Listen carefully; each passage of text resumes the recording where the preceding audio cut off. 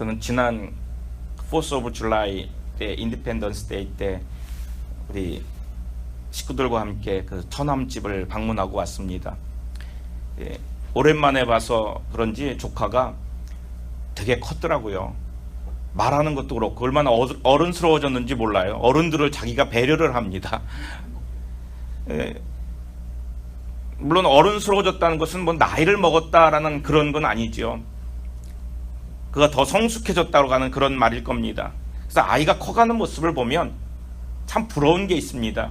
물론 저희 집 아이들이 그렇게 빨리빨리 자라지 않는 안타까움이 있기 때문에 그렇긴 합니다만은, 아이들이 커져가는 모습 얼마 만에 보면 금세 커져 있고 조금 있으면 금방 막 성숙해하는 이런 모습을 보면, 야, 우리의 신앙도 그렇게 쑥쑥 자랐으면 얼마나 좋을까. 내 모습도 내 믿음도 저렇게 빨리 자랐으면 얼마나 좋을까 하는 생각을 하게 됩니다. 우리의 신앙은 눈으로 보이진 않지만 분명히 자라고 있습니다. 어제보다 오늘이 분명 한 뼘만큼 자랐을 겁니다. 이 신앙이 자라는 건 눈으로 보이지 않아요. 근데 신앙이 자라는 것을 어떻게 알 수 있냐면, 어떤 문제를 만났을 때, 어떤 사건을 접했을 때 내가 어떤 태도를 가지고 이 사건을 해결하느냐를 보면, 아, 이 사람이 신앙이 성장했구나, 성숙했구나 하는 것을 볼 수가 있습니다. 그래서 이 문제를 대하는 태도를 보면 그 신앙이 표가 납니다. 그 이스라엘은요, 출애굽을 해가지고 계속해서 메마르고 거친 광야를 전진해서 나갑니다. 그 속에서 훈련을 받고 살죠. 하루 이틀도 아니고 수많은 날들을 여러 가지 역병과 고난 가운데 그 광야를 헤치고 나아가죠. 그런 속에서 그들이 깨닫는 게 있습니다. 우리는 하나님 돌보심이 없이는 살아갈 수 없는 존재라는 거죠. 고난과 역경 가운데서 하나님의 은혜로 이것들을 헤치고 나갑니다. 하나님의 은혜로만 살아갈 수 있는 존재라는 것을 새삼 깨닫습니다.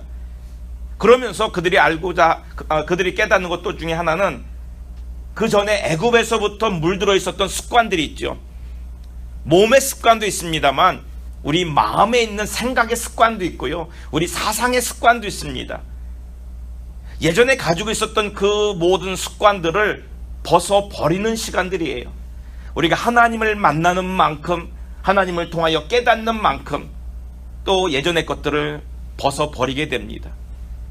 그래서 애굽에서 나와서 광야를 살아가는 그 시간, 어떻게 보면 힘들고 어렵지만 그 어려운 과정 가운데서 예전의 모습을 벗고 하나님의 백성으로 다시 태어나는 그런 시간이라고 말할 수가 있죠.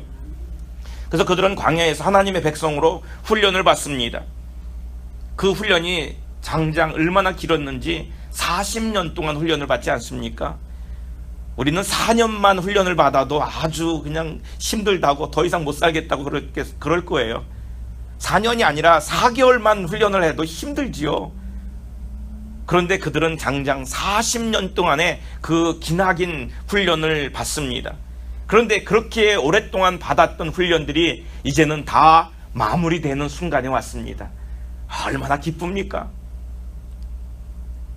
이제는 가나안 땅을 얼마 남지 않은 그곳까지 오게 된 겁니다. 오늘 본문을 보면 예전처럼 계속해서 광야와 골짜기와 거친 들들을 지나가고 있습니다. 어렵고 힘든 일입니다. 그런데 얼마 전까지만 해도 이런 길을 가면 그들의 입에서 튀어나오는 말이 있어요. 그들의 마음의 자세가 있어요. 늘 불평하고 원망하고. 분명히 그들은 그렇게 살아왔는데, 습관적으로 그랬었는데, 오늘 이 말씀을 보면 또 다른 모습을 보여주고 있는 거예요. 하나님을 향하여 노래하는 모습입니다. 하나님을 향하여 찬양하는 모습이 나오고 있는 거예요. 지금 상황이 무슨 좋아져서 갑작스레 무슨 특별하게 하나님 앞에 은혜를 받아서라는 것보다는 그들의 자세가 바뀐 거예요. 지금까지 이스라엘은요, 광야를 가면서 물이 없으면 물이 없다고 불평합니다. 먹을 게 없으면 먹을 게 없다고, 고기가 없으면 고기가 없다고 불평합니다. 그래서 늘 그들은 불평 불만으로 살아왔던 거 아닙니까? 근데 오늘 말씀을 보면 이 불평 불만이 아니라 노래를 부르고 있어요. 그 노래를 부르는 모습을 보면 그들이 하나님을 얼마나 의지하고 있는지, 하나님을 얼마나 믿고 있는지를 압니다. 그들이 변했다는 거예요. 이스라엘 백성들이 애굽에서 나온 후에 수많은 고통을 받아왔는데 그 받아온 것 중에 우리가 생각해보면 몇 가지만 생각해봐도 알잖아요. 수많은 그 이방 민족들과 싸움이 있지요. 계속해서 전쟁을 하며 살아가야 됩니다. 먹을 물 없는 그런 고통, 먹을 것 없는 그런 고통, 안전하지 않고 미래가 보장되지 않는 그런 고통을 계속해서 겪어갑니다. 그래서 그들의 마음속에는 분명히 하나님이 우리를 약속의 땅으로 데려가신다고 했는데, 젖과 꿀이 흐르는 가나안 땅을 데려간다고 했는데, 그 부푼 꿈은 다 잊어버리고 다 사라져버리고 그들에게 남은 건 불평불만만 남을 수 있죠. 하루 이틀은 참을 수 있고 버틸 수 있습니다. 그래, 하나님이 내게 주시고자 했던 것이 큰 거니까 이거 잠깐 참자, 그렇게 버틸 수 있겠지만, 오랜 시간 동안 수많은 어려운 일들을 당하고 당할 때에 그들에게 남는 것은 하나님이 주셨던 그 소망이 아니라 내게 닥쳐져 있는 이 환경만 볼 수밖에 없습니다. 그래서 오히려 습관적으로 그들이 불평불만이 튀어나올 수밖에 없는 거예요. 우리는 생각하기에 연단을 받으면 믿음이 자라나서 그 믿음이 자라는 것 때문에 이제는 더 좋아지겠거니라고 생각하지만, 그러나 실제 우리가 겪으면서 느끼는 건 뭐냐면, 점점 어려운 일이 많아지면 옛날에 가졌던 소망도 다짐도 점점 잊어버립니다. 그러면서 이제는 현실만 보는 거죠. 그러다 보니까 불평불만이 더 많아질 수 있다는 겁니다. 어떻게 보면 그런 과정 속에 들어갔다가 더 힘들게 깊은 수렁 속으로 들어갔다가 그런 가운데서도 하나님의 여러 가지 연단 가운데 더 깊은 깨달음을 얻는 거죠. 이제 40년 동안이나 광야를 헤맵니다. 얼마나 깊은 곳까지 하나님께서 훈련을 시키셨는지 40년 동안 고된 훈련을 시켰는데 그 마지막 과정에 이른 겁니다. 그래서 이 본문 바로 앞에 있는 말씀을 보면은 이런 말씀이 나오죠. 지금 가나안 땅으로 가기 위해서 가로질러 가야 되는 그 땅 가운데는 에돔 땅이 있습니다. 그 에돔 땅에 아주 넓은 길이 있어요. 왕의 대로라고 불리는 넓은 길이 있습니다. 그래서 그 길로 가면 순탄하게 갈 수 있죠. 그래서 에돔 왕에게 요청을 합니다. 우리가 당신의 땅을 좀 지나가게 해달라는 거죠. 우리가 당신의 땅을 지날 때에 당신들의 밭에 들어간다거나 당신들의 포도원에 들어가서 농작물을 해치거나 그걸 훔쳐오지 않을 것이고, 당신들의 피해가 지지 않도록 우리는 이 고든 길, 넓은 길로만 가겠다고. 당신들에게 피해가 가지 않을 뿐만 아니라 심지어 가다가 사람들이 먹을 물이 또는 가축들이 먹을 물이 필요하다면 당신들로부터 이 물을 사서 먹겠다고까지 얘기를 합니다. 그러면서 부탁을 합니다. 그런데도 불구하고 거절을 당하죠. 거절을 당했을 때 하나님께서 주시는 말씀이 있습니다.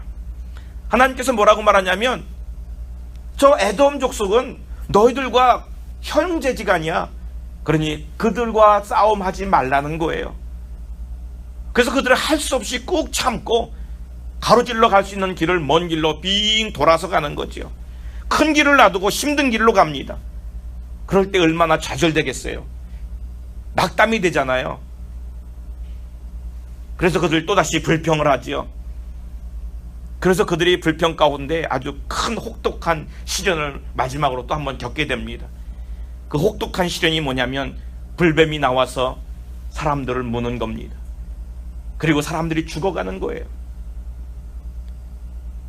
그때에 하나님께서 은혜의 길을 제시하시는데, 그것이 뭐였냐면 놋뱀을 만들어 높은 장대에 매달고 그것을 바라보라는 거예요. 그런 자마다 살게 하시겠다는 거죠. 그래서 그러면서 그들은 그 가운데 또 깨닫는 바가 있습니다. 오로지 하나님만을 의지해야겠구나.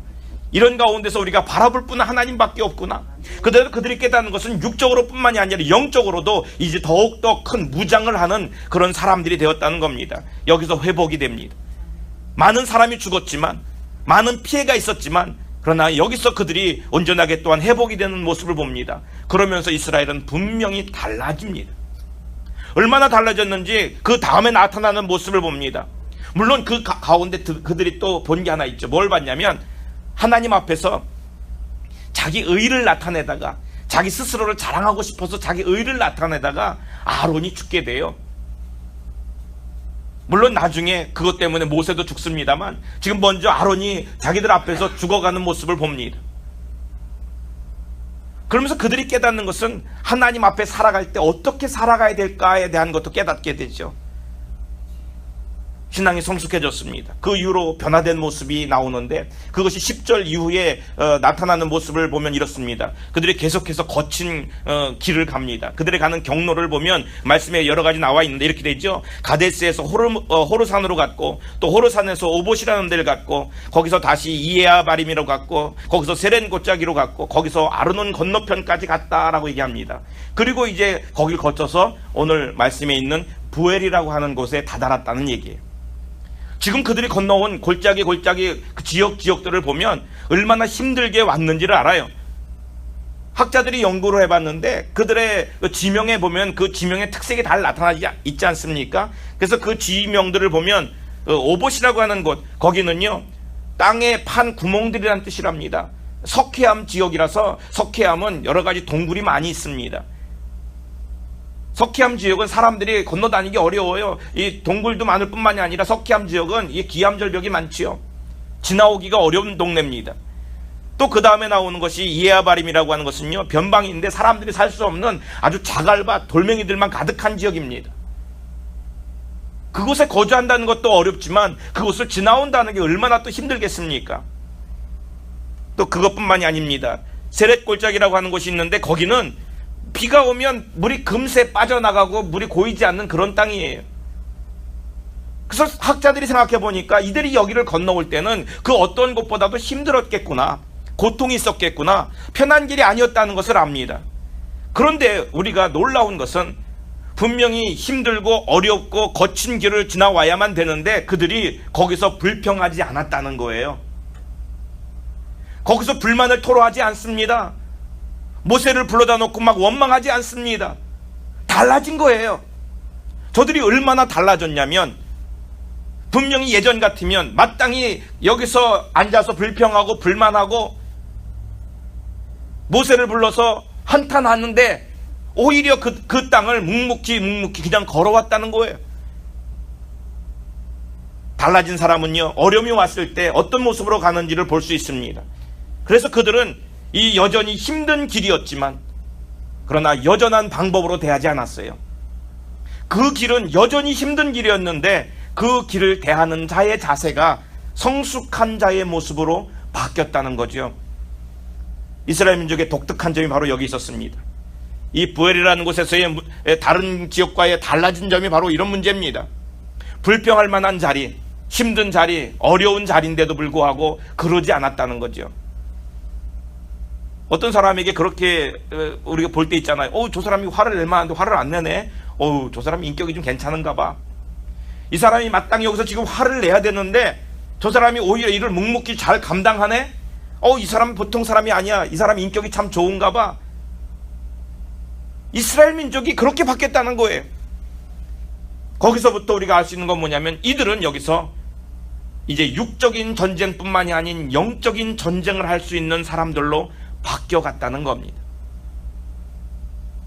40년간의 시간은요 결코 그냥 허비한, 낭비한 그런 시간이 아니라 그들을 변화시킨 시간이었다는 거죠. 분명히 그들은 광야 가운데서 고난을 받았습니다. 근데 그 고난의 시간이 그냥 허비한 시간, 아까운 시간이 아니라 그들을 이렇게 하나님의 사람들로, 불평 불만의 사람들을 오히려 묵묵히 감당할 수 있는 사람들로 바꾸었다는 거예요. 그래서 불평 없이 그 길을 잘 지나서 부엘에 도착한 그 사람들에게 하나님이 모세에게 말씀하시죠. 모세야, 사람들을 모아라. 나의 백성들을 모으라는 거예요. 내가 이곳에서 그들에게 물을 주리라. 그들이 물이 없다고 불평하고 있는 게 아닙니다. 물 달라고 하소연하고 있는 게 아니에요. 그 고난을 묵묵히 참고 지나온 그들에게 하나님께서 자원해서 얘기하시는 거예요. 모세야, 그들을 모아라. 내가 여기서 그들에게 물을 주리라. 이제까지는요 힘들면 힘들다고, 어려우면 어렵다고 그렇게 불평불명할 때 불평불만한 값을 치르고 나서 그들이 물을 얻었습니다. 그런데 여기서는 그게 아니라 오히려 그것을 묵묵히 감당하고 물을 얻었다는 거예요. 그래서 여기서 얻은 물의 의미가 다르죠. 믿음이 있는 사람의 모습이 바로 이런 모습이라고 생각을 합니다. 그들이 이제껏 물을 먹을 때의 느낌과 이 부엘에 와서 물을 마실 때의 이 느낌이 얼마나 달랐을까요? 예전에는 아픔을 치르고 먹는 물이었기 때문에 눈물의 물을 마셨는지 모르지만 여기서는 먹을 때는 눈물의 물이 아니라 감사와 기쁨의 눈물이에요. 내가 이렇게 감당하고 여기까지 왔더니 하나님께서 이 귀한 물들을 우리에게 주셨구나. 그래서 그들은 이 물을 먹으면서 노래를 하는 거예요. 그들은 하나님께서 주신 물들을 먹으면서 하나님을 향하여 노래를 합니다. 물론 성경에 보면은 노래가 많이 나와요. 근데 오늘 여기 나오는 노래는 부엘에서 부른 노래이기 때문에 부엘의 노래다라고 말합니다. 또는 부엘이 우물이라고 하는 뜻이 있기 때문에 우물의 노래다라고 말할 수도 있겠지요. 그래서 이 우물의 노래는 우물물아 솟아나라. 어떻게 곡조를 붙였는지 모르지만 우물물아 솟아나라. 그 노래의 가사가 1절에 있습니다. 1절은 말 그대로 우물물아 솟아나라 그랬습니다. 우물물아 솟아나라. 물이 솟아난다는 건요, 갈급한 백성들에게 그들의 그 갈급함을 채워줄 수 있는 생수가 솟아난다는 얘기예요. 그래서 지금 솟아난다, 지금 계속해서 솟아올라라 라고 하는 그런 간절함이 물론 담겨져 있지만 그 속에는 감사가 또한 담겨져 있는 거예요. 내가 하나님을 이렇게 견디고 믿었더니 하나님께서 이 귀한 것들을 우리에게 주셨구나. 감사가 넘칩니다. 기쁨이 넘칩니다. 그래서 우물물아 솟아나라. 이건 감사의 찬양이에요. 하나님을 향하여 높이는 찬양입니다. 죽음의 땅에서, 그 광야에서 견디고 생명을 지키며 살아온 그들에게 하나님이 주신 그것을 바라보면서 그들이 할 수 있는 건 뭐냐면 감사밖에 없어요. 우물물아 솟아나라. 이 우물물을 해결해 주신 하나님을 향해서 감사합니다. 이건 물에 대한 찬양이 아니에요. 물을 주신 하나님을 향한 찬양이에요. 하나님께서 우리들의 갈증을 해결해 주셨다, 우리들의 생명을 지켜주셨다고 하는 그거에 대한 감사예요. 뿐만이 아니라 죽어가는 영혼들, 죽은 영혼들, 사망해서 물이 없어 죽어가면 갈증을 느끼는 우리들에게 이처럼 물을 주신 것처럼 죽어가는 영혼들, 죄악 가운데 죽어가는 영혼들에게 생명을 주시기 위하여 예수 그리스도로 말미암아 새 생명을 허락하신다고 하는 예수 그리스도의 예표이기도 합니다. 그래서 그 속에는 하나님을 향하여 높이 찬양함과 더불어 예수 그리스도를 바라보는 소망의 찬양이에요. 그래서 부엘의 찬양은요, 그 찬양할 때 은혜가 솟아남에 대한 찬양이에요. 그냥 물이 솟구치고 물이 나온 것이 감사뿐만 아니라 이것은 하나님의 은혜구나. 하나님의 은혜다. 물이 아닌 하나님의 은혜에 대한, 이건 하나님의 은혜구나. 이런 찬양이 바로 1절에 대한 찬양입니다. 우리가 광야 같은 세상을 살아가지 않습니까? 하루하루 살아갈 때 어려움들이 있죠. 물론 기쁨이 있어서 즐거움이 있어서 소망 가운데 살아갑니다만 그 순간순간에 또 어려움 때문에 힘들어하지 않습니까? 그 어려움들을 바라볼 때 바로 오늘 이 말씀처럼 이런 은혜가 있기를 바랍니다. 하나님께서 내게 이 은혜를 주셨구나. 견디고 이겼더니 하나님께서 내게 이런 축복을 주셨구나. 하나님, 이 은혜가 감사합니다. 이 솟아나는 은혜가 감사합니다. 이런 찬양을 하나님 앞에 드릴 수 있기를 바랍니다. 17절에 그랬지 않습니까? 그때에 이스라엘이 노래하여 이르되 우물물아 솟아나라. 너희는 그것을 노래하라.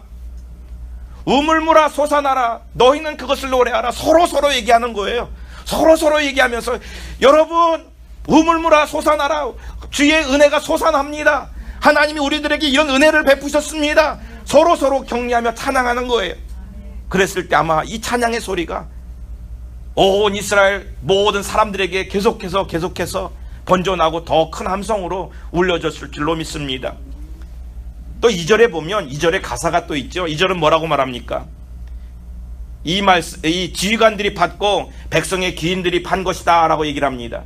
부엘에서 물을 얻기 시작했을 때에 처음으로 우리가 알 수 있는 것은 백성들이 노력을 해서 물을 팠다는 거예요. 18절 상반절 말씀에 이런 말씀이 있죠. 이 우물은 지휘관들이 팠고 백성의 귀인들이 규와 지팡이로 판 것이라. 이들은요, 지휘관과 귀인이라고 이 사람들은 지도자들이에요. 그래서 규와 지팡이라고 하는 것은 그들의 신분을 말합니다. 우리나라에서도 예전에 신분을 말할 때 뭔가를 쥐고 있습니다. 정복을 입으면 그 가운데 이렇게 쥐고 있는 게 있죠. 그래서 그 쥐고 있는 것은 그 사람의 어떤 신분 또는 그 사람의 권력 또는 힘, 통치 이런 것들을 상징합니다. 그래서 무엇을 쥐고 있느냐에 따라서 다르지요. 그 사람을 나타내는 겁니다. 그래서 우리나라에서는 높은 벼슬아치들이 상아로 만든 것을 쥐고 있었답니다. 그리고 오품 이하에서는 나무로 만든 걸 이렇게 쥐고 있답니다. 그 중에 가장 귀한 거는 옥으로 만든 거랍니다. 그래서 그 옥으로 만든 것을 규라고 불러요. 이 규라고 말하는 것 또는 지팡이라고 말하는 건요, 통치, 권위를 상징하는 겁니다. 그 사람의 신분을 나타내죠. 근데 오늘 말씀을 보면 이것으로 팠다라고 얘기를 하고 있어요. 우물은 뭐로 파야 됩니까? 우물은 삽으로 파야 되고 곡괭이로 파야 되잖아요. 근데 어떻게 신분을 나타내는 자기 신분을 나타내는 조그만한 그 작대기로, 그 나무로 그걸로 팔 수 있을까요? 아니, 그걸로 파가지고 도대체 몇 명이 먹을 우물을 팔까요? 한 가족이 먹을 우물이 아니지 않습니까? 지금 수많은 한 민족이 먹을 우물을 어떻게 그걸로 팔 수 있습니까? 여기서 말했을 때는 그걸 도구로 사용해가지고 그걸로 우물로 파는 도구로 사용했다, 그들이 직접 그 우물을 팠다라고 말할 수가 없습니다. 이거는 그들이 가지고 있는 그들의 통치력, 그들의 권위, 이런 것들을 다른 데 쓰지 않고 이스라엘 온 민족을 제대로 지도력을 발휘해서 그들과 함께 이 우물을 파괴했다고 하는 겁니다. 지도자들의 지휘 아래 온 백성이 한 마음이 돼서 협력해서 이 우물을 팠습니다. 문제가 생길 때마다 백성들은 지도자를 찾았고 자기들끼리 협력해서 모세를 원망했고, 그래서 하나님을 향해서 원망하지 않았습니까? 그런데 오늘 말씀을 보면 오히려 힘을 협력해서 하나님의 일에 순종하는 걸 볼 수가 있습니다. 하나님께서 주시는 그것을 따라 순종해서 땅을 파는 모습을 볼 수가 있지요. 예전에는 물 얻기 위해서는 어떻게 했습니까? 물이 없다고 모세에게 달려갔고, 그래서 모세는 하나님 앞에 매달렸고, 그래서 그들이 하나님이 주시는 물을 먹었지만 오늘의 말씀을 보면 그들이 직접 팠다라고 얘기를 하고 있습니다. 그들이 직접 팠는데 여기 보면 분명한 그 하나의 전환점이 있어요. 그 이전에는 물을 직접 파지 않았는데 이제는 물을 직접 팝니다. 물론 하나님이 허락하셨고 파라고 하셨기 때문에 팠지만 그들이 직접 팠다고 하는 것은 문제가 달라요. 이제껏 살아올 때는 하나님의 기적으로 살아옵니다. 하나님의 기적으로만 살아갈 수밖에 없었지요. 그러나 이제는 너희들 손으로 일을 감당해야 된다고 하는 거지요. 물론 이 사건 이후에도 하나님의 기적은 있습니다. 요단강을 건너갈 때 물이 갈라지는 기적이 있었고요, 여리고성이 무너질 때 하나님의 역사하시는 그 은혜가 있었습니다. 그러나 그 땅에 들어가서 농사를 하고 그 땅에 들어가서 밭을 일구고 살아가는 그 모습들은 다 자기들의 수고와 헌신으로 말미암아 먹고 살아갑니다. 만나도 그치지 않습니까? 그래서 하나님께서 말씀하시는 것은 이제는 때가 되었고 너희들이 지도자와 온 백성들이 온 교회가 하나가 되어서 협력해서 하나님의 일에 헌신하며 그 헌신한 것들로 일을 이루고 살아가라는 뜻이겠지요.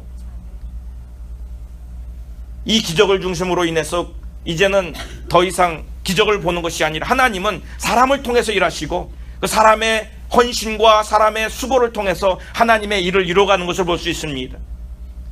그런 것을 볼 때에 우리가 알고 있는 교회의 직분이라고 하는 것들, 교회에서 어떤 자리라고 하는 것들은 권위를 부리고 그 자리로 말미암아 무엇을 이루는 것이 아닙니다.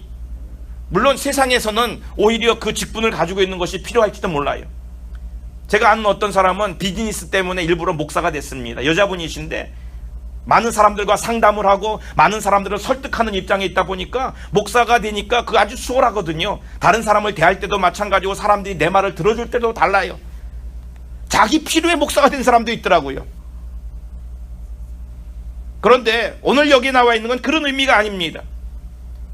교회의 지도자가 된다고 하는 것은 우물을 파게 만드는 역할을 하는 거예요. 온 교회 성도들이 물을 먹을 수 있도록 우물을 파주는 거예요. 우물을 파게 만들고 모든 성도들이 물을 먹게 하고, 이것이 지도자들의 역할이라는 거지요. 온 이스라엘은 그들과 더불어 우물을 팠고 그 우물로 말미암아 그들은 하나님이 주시는 놀라운 은혜를 맛보았습니다. 그리고는 그 자리를 떠서 이제는 가나안 땅으로 바로 들어가기 직전까지, 그들이 이제 가나안 땅이 바라보는 그 직전까지 나아가게 됩니다. 주마음교회가 세워지고 오늘까지 많은 난관이 있었죠. 어려움이 있었습니다. 그러면서 오늘까지 이르렀습니다. 저는 지난 교회 설립주일을 지나면서 여러 가지 일들을 생각했습니다. 분명히 힘든 일도 많았습니다. 물론 감사한 일도 있었고 기쁜 일도 있었지요. 그러나 고달프고 어려운 일들이 많이 있었습니다. 근데 우리가 분명히 우리가 가는 길, 우리가 또 해야 되는 일들이 기쁨과 행복만이 보장되어 있는 길이 아니라는 것도 압니다. 그런 가운데 많이 생각하는 가운데 마음속에 들었던 건 뭐냐면, 분명히 우리가 가는 길 속에 작고 어려운 일들도 있을 것이고 높은 산 낮은 산, 물론 이것들로 우리를 힘들게 할 것입니다. 길은 거칠을 것이고 험난할 겁니다. 그런데 분명한 것은 그 길을 가다 보면 어느 순간인가 우리는 부엘이라고 하는 곳에 이를 수 있다는 거예요. 이스라엘 민족이 그렇게 훈련을 받고 겪고 견뎠더니 나중에 드디어 부엘이라고 하는 곳에 이르러서 하나님께서 자원하여 그들에게 물의 기쁨을 주시고 그들의 생명을 살려주시는 은혜를 베풀어 주시고 그들은 하나님을 향하여 노래하는 그런 시절, 그런 곳이 왔다는 거예요. 우리도 힘들고 어려운 일을 겪어가지만 그러나 분명히 부엘이 우리를 기다리고 있을 겁니다. 부엘의 우물이 우리를 기다리고 있을 것이고 우리는 그 부엘의 우물에서 하나님을 높이 찬양하며 우물물아 솟아라, 우물물아 솟아라, 하나님을 높이 찬양하며 서로 격려하는 그런 날이 올 줄로 믿습니다. 광야 같은 길을 가다 보면 분명히 갈급하고 힘든 일이 생기죠.